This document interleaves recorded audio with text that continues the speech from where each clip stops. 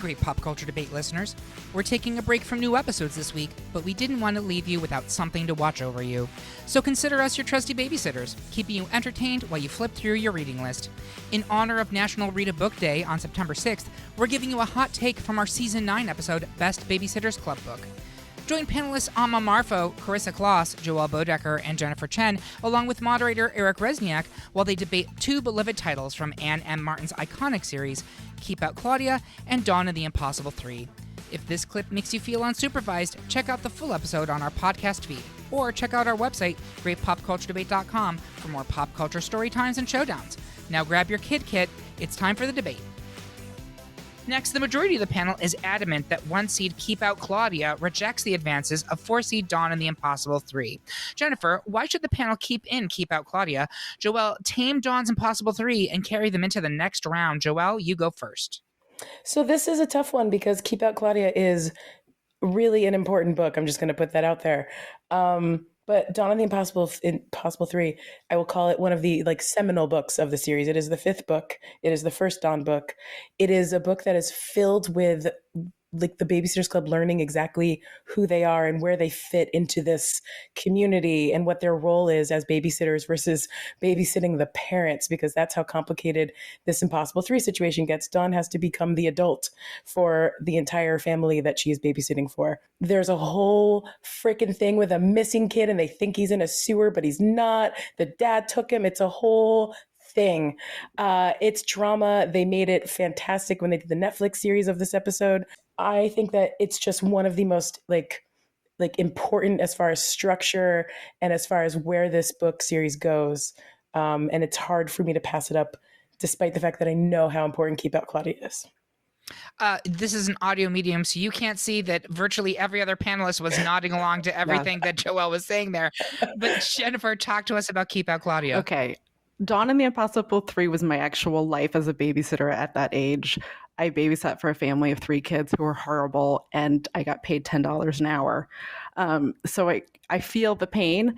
Keep Out Claudia was the first time I actually understood microaggressions of racism. And as a kid, because basically this family, Claudia shows up, the kids make fun of how she looks because she has funny looking eyes. That's what they say. And then the mom doesn't want her to babysit ever again. They're like, any other babysitter but Claudia. And then Jessie shows up and literally the mom's like, oh, I don't need a babysitter. Slams the door in Jessie's face.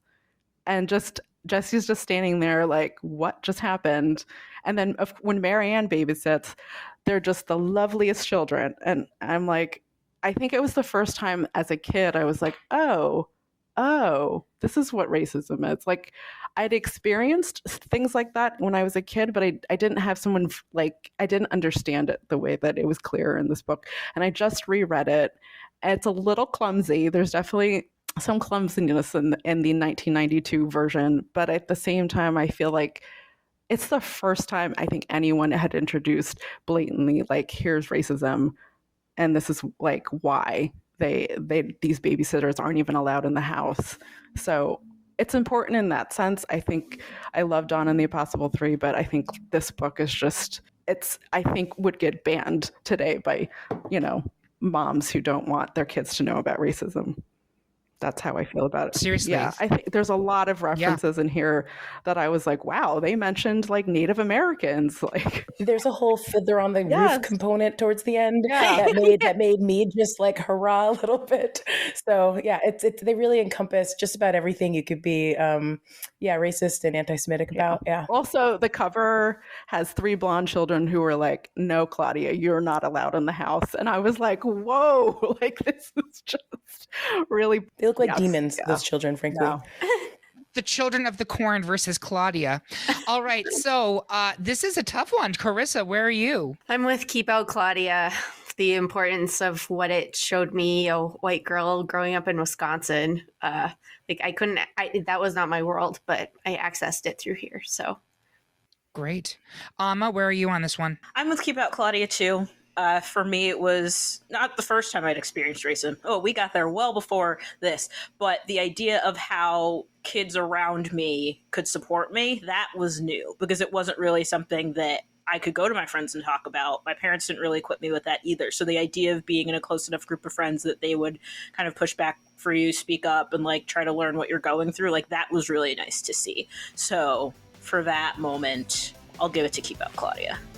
So that's 3 for Keep Out Claudia, which means it will advance into round 2. These both sound like excellent books, so thank you, Joelle, for your great argument on Dawn and the Impossible 3.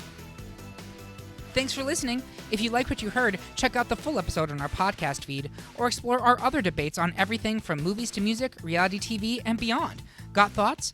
Maybe you think this clip was totally dibbly fresh, or maybe it made you want to call an emergency meeting of the Babysitters Club. Either way, connect with us on social.